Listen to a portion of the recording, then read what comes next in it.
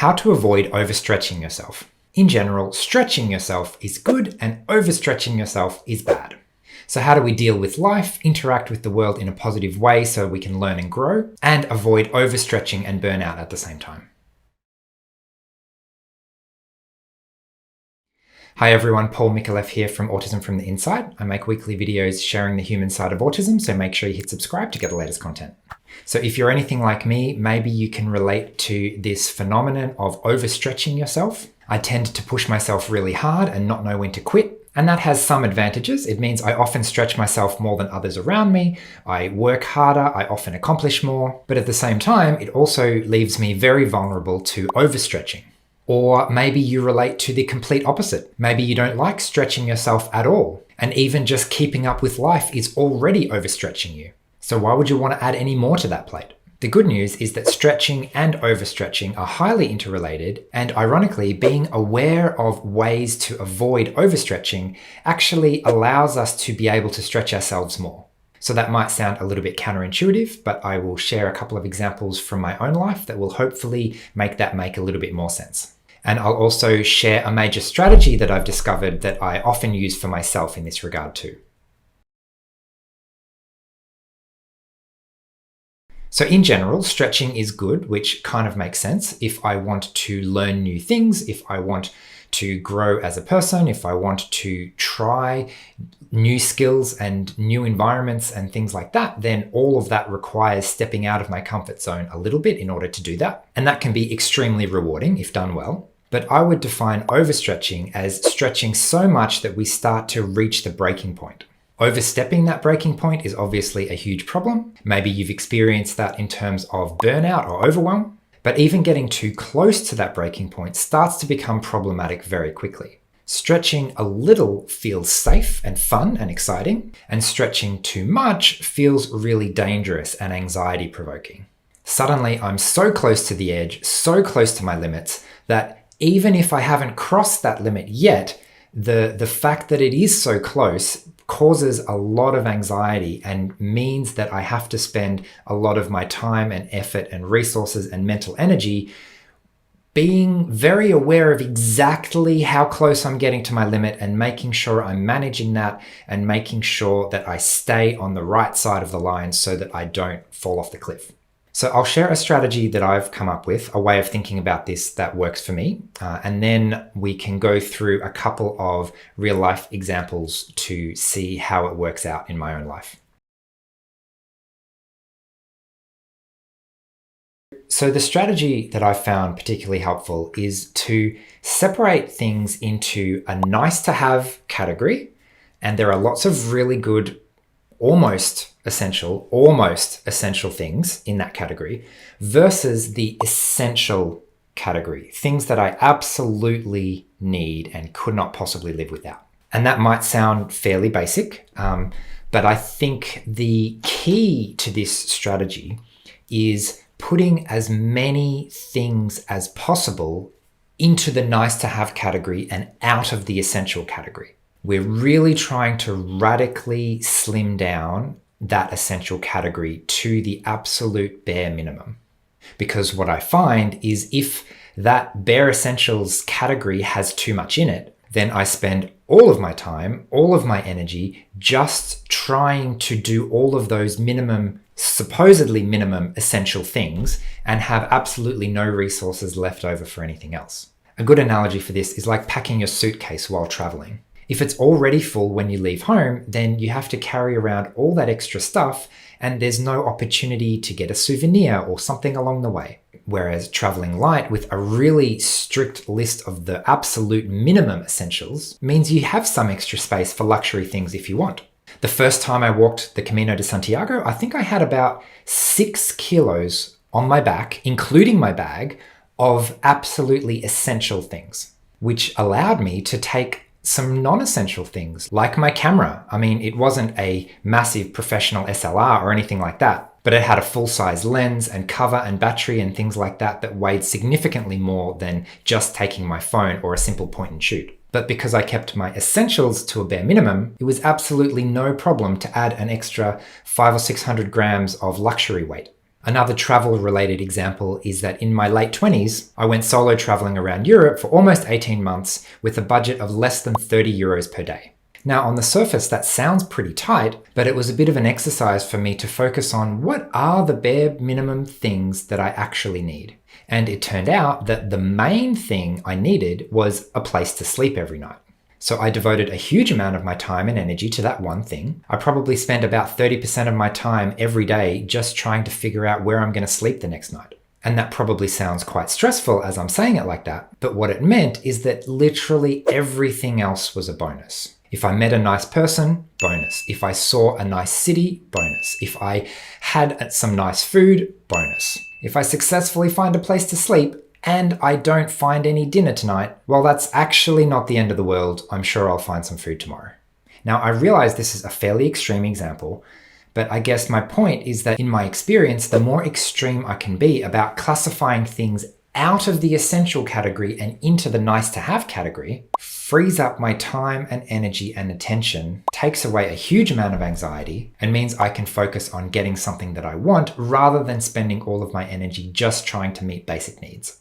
So let me give you a less extreme example. This is my day job. I am attempting to employ myself with an online business, which means there's always more work to do. There's literally a never-ending list that would keep growing exponentially if I let it. So how do I decide what is enough and when I should keep doing more?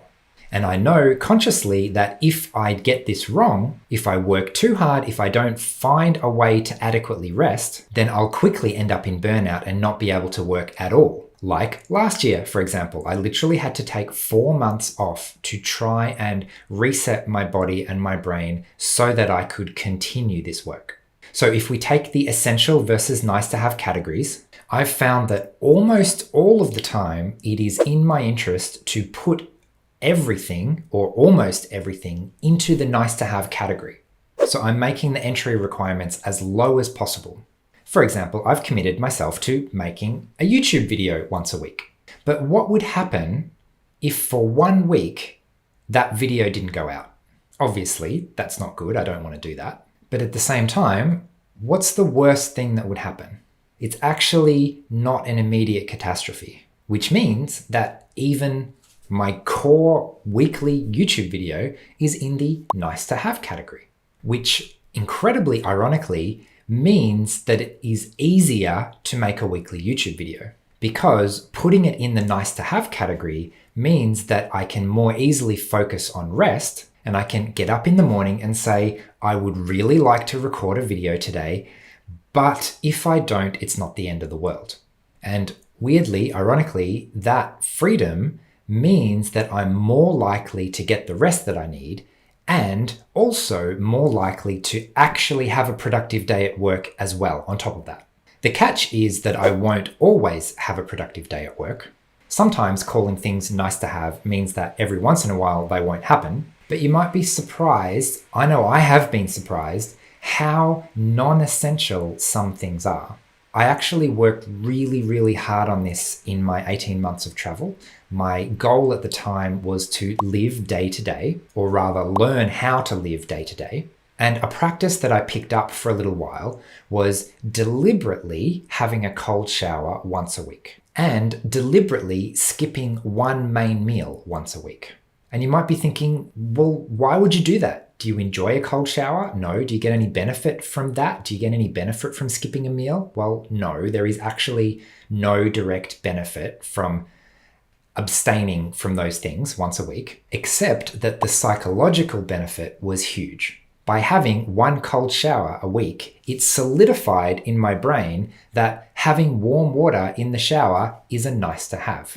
It also meant that every once in a while, which happens quite frequently actually when you're at a hostel or somewhere else and there happens to not be any hot water, it's not a big deal. It's not the end of the world. Similarly, finding food is difficult when you're traveling and you're in a new city and you don't speak the language and everything is shut because it's 3 o'clock in the afternoon. And my brain needed to know that that was a nice to have and not an essential. I can even apply a similar logic to eating food every day at home back in Australia. It's a nice to have to be able to cook healthy food every day, but that is also not an essential thing. Like, what if I just eat toasted cheese sandwiches today and that's all I eat all day because that's what I have in the fridge, and I don't have any energy to go shopping and I don't have any energy to prepare anything more significant? Well, that's actually fine. No big deal. Like, what's the major ramification for doing that? Things are not a catastrophe. Everything is fine. I can go back to trying to achieve my nice to haves tomorrow. I hear a similar thing from parents all the time as well. There were so many things today that did not go to plan, but it's the end of the day and the tiny humans are still alive. Look, the bare essentials are done. We'll get up and try again tomorrow. I also find this helps a lot in my relationships. Do I really need to go to this birthday party? Well, it is not an essential thing for this relationship. I can send a message and say, look, I'm really sorry, but I don't think I'm going to have the energy to come to your birthday dinner at a restaurant with 25 people all talking loudly. It would be nice if I could make it and I could enjoy myself and participate, but there's also a very high chance that I won't have the energy, and I would rather spend that energy on something more meaningful. So by identifying the absolute core things that a relationship needs, I can divest my time and energy away from the other things that I'm also doing to make sure I'm really covering those core things, hopefully with plenty of time and energy and resources left over because that list of core things is so minimal. And then I've got those extra resources left over to focus on something nice and unnecessary and luxurious. Anyway, I personally apply this strategy in so many aspects of life. What is the absolute bare minimum I can get away with in this situation? And then putting everything else, even really important, really valuable things, into the nice to have category so that I'm not too stressed and too worried about making sure that they happen. And the best part, paradoxically, is it means that I have more time and more energy to make sure they happen. I actually do pretty well at making a video every week. And in a similar way, the more consistent success I have with one thing, the less it matters if I miss it every once in a while. If I make 50 weekly videos in a year, the 2 I miss are not all that important. If I have a healthy meal 6 days of the week, the 7th day is not all that important. If I have regular quality time with friends in my calendar every week, the more consistently I'm able to do that, the less anyone cares, the less impact it has the 1 or 2 times I'm not able to. Because it was actually a nice to have and not a minimum essential. Anyway, I might leave it there. If you're interested in more of this type of stuff, I've made some other videos on prioritizing and executive function and avoiding burnout and things like that. I might see if I can even put them into a playlist so that I can link it here somewhere and you can easily find that. And yes, I am currently tricking myself into committing to a playlist by including it in this video so that I will have to do it rather than just think about it and not do it. And yet still, it is still nice to have, because if you're watching this video and I still haven't made the playlist, well, it's not the end of the world. So anyway, I better leave it there. I hope you've enjoyed this video. Hopefully I actually have made a playlist, which I will link or put a comment or in the description or something. I'd really love to hear what you thought of this video. Your comments are always really appreciated, so please leave one if you can. Otherwise, thanks for watching. I hope you enjoyed this, and I will see you again next week. Bye.